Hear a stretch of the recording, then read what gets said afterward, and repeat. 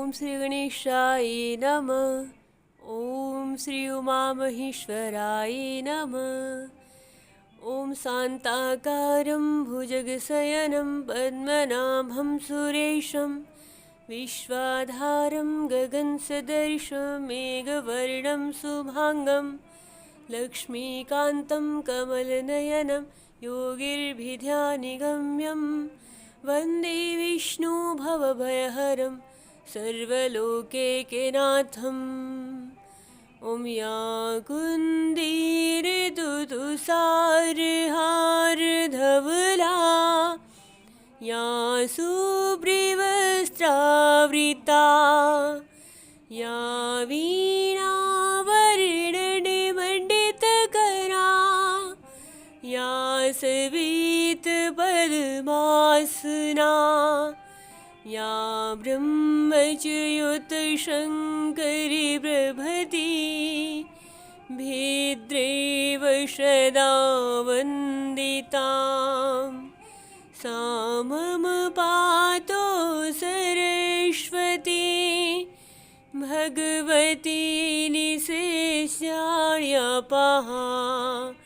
भगवती निशेषाण्यपाहा।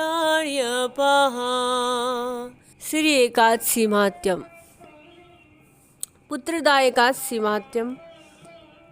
धर्मराज युधिष्ठिर बोले कि हे भगवान, अब आप मुझे श्रावण माह के शुक्ल पक्ष की एकादशी की कथा सुनाइए। इस एकादशी का क्या नाम है, इस दिन किस देवता की पूजा करनी चाहिए और क्या इसकी विधि है। श्री भगवान मधुसूदन बोले कि हे राजन, अब आप शांति पूर्वक श्रावण माह के शुक्ल पक्ष की एकादशी की कथा, इस कथा के श्रवण मात्र से ही वाजपेय यज्ञ का फल मिलता है। द्वापर युग के प्रारंभ में महिष्मति नाम की एक नगरी थी और उस नगरी में एक महीजीत नाम का राजा रहता था। उस राजा के कोई संतान नहीं थी, बस इसी बात का दुख था। सदैव इसी चिंता में ग्रस्त रहता था। उसी कारण उसे अपना राज्य भी दुखदायी प्रतीत होता था, क्योंकि कोई पुत्र नहीं था और पुत्र के बिना इस लोक और परलोक दोनों में सुख संभव नहीं है। राजा ने पुत्र की प्राप्ति के लिए बहुत यत्न किए, परंतु सब निष्फल गए। जब राजा वृद्ध होने लगा तो चिंता और बढ़ने लगी। एक दिन उस राजा ने प्रजा को संबोधन करके कहा कि न मैंने अपने जीवन में कोई पाप ही किया है, न न्यायपूर्वक प्रजा का धन ही एकत्र किया है, न मैंने कभी देवता ब्राह्मणों का धन छीना है, न किसी की धरोहर ली है, कोई छल नहीं किया, प्रजा को पुत्र की भांति पाला है। लेकिन ऐसा क्या अपराध मैंने कर दिया जिस कारण मुझे पुत्र प्राप्त नहीं हो सका। मैंने अपराधियों को पुत्र और बंधुओं की तरह दंड दिए हैं। मैंने कभी किसी से राग द्वेष नहीं किया, सबको समान माना। इस प्रकार धर्मयुक्त राज्य करने पर भी मैं महान दुख भोग रहा हूँ। क्या कारण है, कोई बात मेरी समझ में नहीं आ रही है। अब राजा महीजीत इसी चिंता में विचारने के लिए मंत्रीगणों को वन में ले गए। वहाँ वन में जाकर के उन्होंने बड़े बड़े मुनियों के दर्शन किए। उस स्थान पर वयोवृद्ध और धर्म के ज्ञाता ऋषि लोमस जी के पास आए और उन सब ने जाकर के ऋषि को यथा योग्य प्रणाम किया। उनके सम्मुख बैठ गए, उनसे विनय करने लगे कि हे देव, हमारे ओह भाग्य है कि हमें आपका दर्शन मिला है। इस पर लोमस ऋषि बोले कि हे ब्राह्मणों, आप लोगों की विनय, आपके व्यवहार से मैं अत्यंत ही प्रसन्न हुआ हूँ। अब आप मुझे अपने आने का कारण बतलाइए। मैं आपके कार्य को अपनी शक्ति के अनुसार अवश्य ही पूर्ण करने का प्रयत्न करूंगा, क्योंकि हमारा शरीर ही परोपकार के लिए बना है, इसमें किंचित मात्र भी संदेह नहीं है। अब लोमस ऋषि ने ऐसे वचन कहे, सब बड़े प्रसन्न हुए और सब ने कहा कि हे ऋषि, आप हमारी समस्त बातों को जानने के लिए ब्रह्मा से भी अधिक है।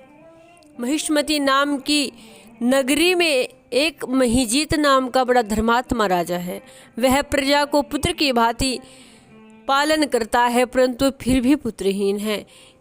इससे वह अत्यंत दुखी है और हम लोग उस राजा की प्रजा है, क्योंकि प्रजा का यह कर्तव्य है कि राजा के सुख में सुख माने और राजा के दुख में दुख माने। हमको उसके पुत्र हीन होने पर अभी तक कोई कारण ऐसा प्रतीत नहीं हुआ है जिस कारण राजा को पुत्र न होने का ऐसा कोई कारण हमें नहीं मिला है। अब जब से आपके दर्शन करे हैं, हमको पूर्ण रूप से विश्वास है कि हमारा यह कष्ट अवश्य ही दूर हो जाएगा। अतः अब आप कृपा करके राजा के पुत्र होने का कोई ऐसा उपाय बताइए जिससे हमारे राजा के यहाँ संतान हो। इस पर लोमस ऋषि ने एक क्षण के लिए नेत्र बंद कर लिया और राजा के पूर्व जन्म पर विचार करने लगे और विचार करके बोले कि हे ब्राह्मणों, यही राजा पिछले जन्म में अत्यंत निर्धन था और बुरे कर्म किया करता था। एक गांव से दूसरे गांव में घुमा करता था। एक दिन ज्येष्ठ मास के शुक्ल पक्ष की द्वादशी के दिन, जो कि 2 दिन से भूखा था, दोपहर के समय एक जलाशय पर पानी पीने के लिए गया और उसी समय ब्याही हुई हाल की गौ प्यासी थी और जल पी रही थी। राजा ने उसको प्यासी ही हटा दिया और स्वयं जल पीने लगा। हे ब्राह्मणों, इसलिए राजा को यह दुख भोगने पड़ रहे हैं। एकादशी के दिन भूखा रहने से उसको राजा होना पड़ा और प्यासी गौ को हटाने के कारण पुत्र का वियोग का दुख प्राप्त करना पड़ा। इस पर सब लोग बोले कि हे महर्षि, शास्त्र में तो ऐसा लिखा है कि पुण्य से पाप नष्ट हो जाते हैं, इसलिए कृपा करके बताइए कि आप राजा के पूर्व जन्म के पाप नष्ट होने का ऐसा कोई सरल उपाय बताइए जिससे उसे पुत्र रत्न की प्राप्ति संभव हो सके। ऐसे वचन सुनकर के लोमस ऋषि बोले कि हे ब्राह्मणों, यदि श्रावण माह की शुक्ल पक्ष की पुत्रदा एकादशी को तुम लोग व्रत करो और रात्रि को जागरण करो और उस व्रत का संपूर्ण फल अपने राजा को प्रदान कर दो, तो तुम्हारे राजा के यहाँ पुत्र अवश्य पैदा होगा। अब मंत्रियों सहित समस्त प्रजा महर्षि लोमस ऋषि के वाक्य को सुनकर के प्रसन्नतापूर्वक अपने नगर को वापस आ गई और उन सब लोगों ने श्रावण मास के शुक्ल पक्ष की पुत्रदा नाम की एकादशी, जैसा कि लोमस ऋषि ने बताया था, उसी विधि से व्रत किया और द्वादशी को उसका फल राजा को दिया और उस पुण्य प्रभाव से रानी ने गर्भ धारण किया और 9 महीने के पश्चात एक तेजस्वी पुत्र रतन उत्पन्न हुआ। बोलिए पुत्रदा एकादशी की जय। और हे राजन, इसलिए इस एकादशी का नाम पुत्रदा पड़ा। जो मनुष्य पुत्र रत्न को प्राप्त करना चाहते हैं उन्हें इस एकादशी का व्रत विधि से करना चाहिए। इस व्रत के प्रभाव से इस लोक में सुख और परलोक में स्वर्ग मिलता है। तो यह इतनी पुण्यदायिनी पुत्रदा एकादशी है। बोलिए श्री पुत्रदा एकादशी की जय। श्री लक्ष्मी नारायण देव की जय। श्री गौरी शंकर की जय। श्री नर्मदेश्वर महाराज की जय।